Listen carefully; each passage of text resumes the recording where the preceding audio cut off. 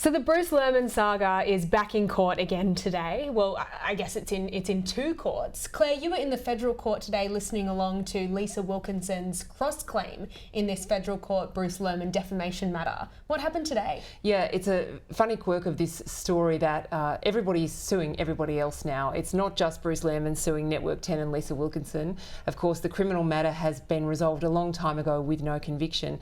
Now, Lisa Wilkinson is suing her own employer, Network 10, and it's over the costs of the defamation action.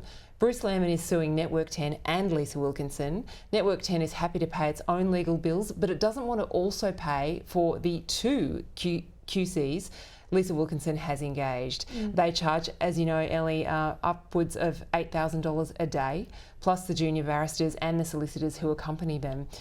The bill is already up over $700,000. It'll be well over $1 million by the time this matter is concluded. Lisa Wilkinson doesn't want to have to pay it herself, and Network 10 doesn't want to pay it either. So that's what they're arguing about. And so Lisa Wilkinson went back onto the witness stand today. What did she have to say? She was giving evidence about why she believes Network 10 should have to pay her legal bills.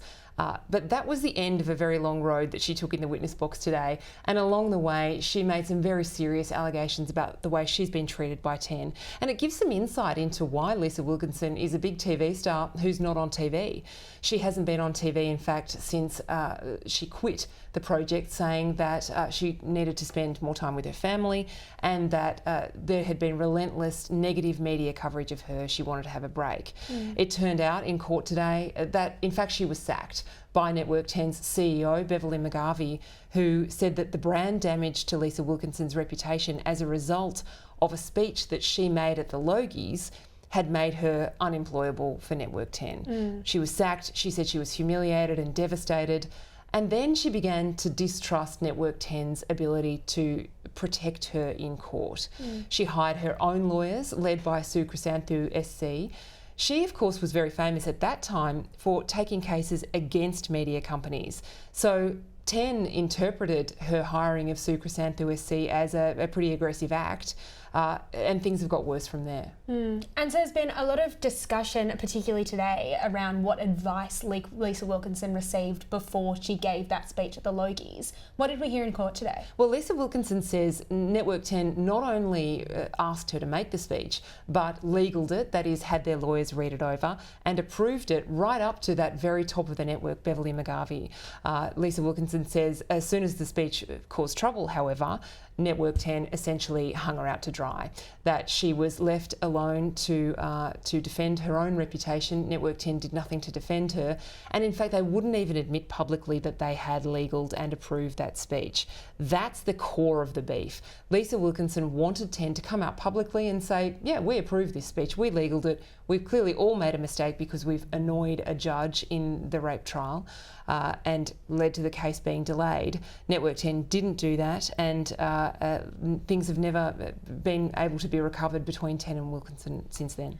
It's got to be really difficult for Lisa Wilkinson at this stage. Obviously, she's now got this beef with Network 10, and as we know, she left her last workplace, Channel 9, after having such a big blow-up with Karl Stefanovic and their pay disparity. So what do you think this means for the future of her relationship with Network 10 and her future in the media industry? She was hired on such big fanfare, and Lisa Wilkinson had really presented herself as a warrior for gender pay equality. Karl Stefanovic was earning a lot more than her. She was earning more than $1 million, by the way. So she was doing okay. But she said she was standing on principle and going to Network 10, an employer that understood that women, had the right to be paid equally to men. That $2 million salary, we don't know if that actually eventuated or if she didn't do all the projects that they initially wanted her to do. They're still paying presumably a very significant amount of money because their contract is still in operation. She says that they offered her 2 interview series that have never materialised, and in fact now she says she can't even get Beverley McGarvey to have a meeting with her. So you'd have to think her career, at least at Network 10, is over. Yeah, it'll be be interesting to see where she ends up. Now, you were in the other big trial of today, and this is Shane Drumgold, one of the other big characters in this case. He's taking legal action against the ACT Board of Inquiry. What does Drumgold want? Yeah, so what we know about Shane Drumgold is that he was the prosecutor in the case against Bruce Lehrmann, who was accused of raping Brittany Higgins.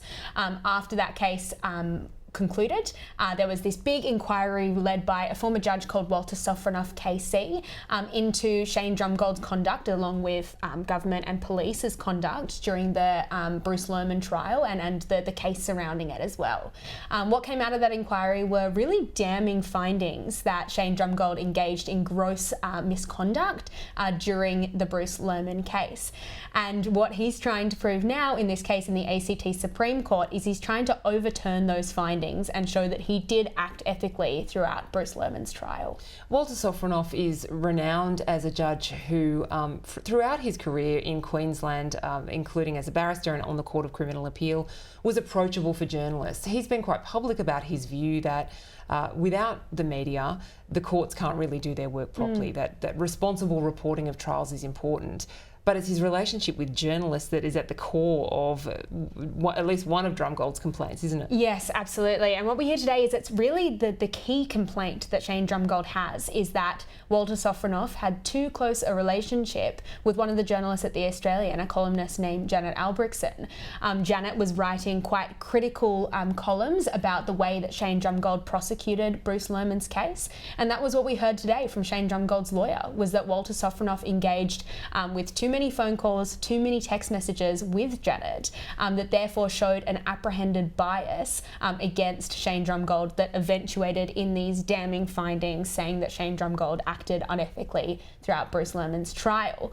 What we heard today is that initially Shane Drumgold planned to argue that it was bad form and actually illegal for Walter Sofronoff to leak the report, his final report, to the ABC and the Australian under embargo, but he's actually dropped those grounds now. So he's focusing almost wholly on this suggestion that of apprehended bias, that Walter Sofronoff had an apprehended bias because he was too close to Janet Albrechtsen. Now, we've only heard at least some of the opening for Shane Drumgold. Have we heard what the defence is going to be in this matter?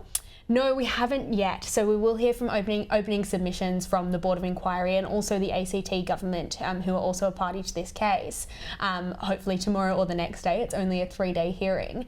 But what we understand is that, as you said earlier, Walter Sofronoff has always been really open to journalists. He says that it's an important part of the job and it's important in order to allow journalists to get their reporting correct. So I think that we'll be hearing a little bit more of that.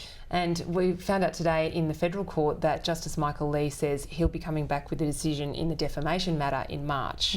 So we've got a few weeks to get ready. Yeah, and then maybe all 8 of these court cases will finally wrap up. I have a feeling it's not going to end there. Yeah.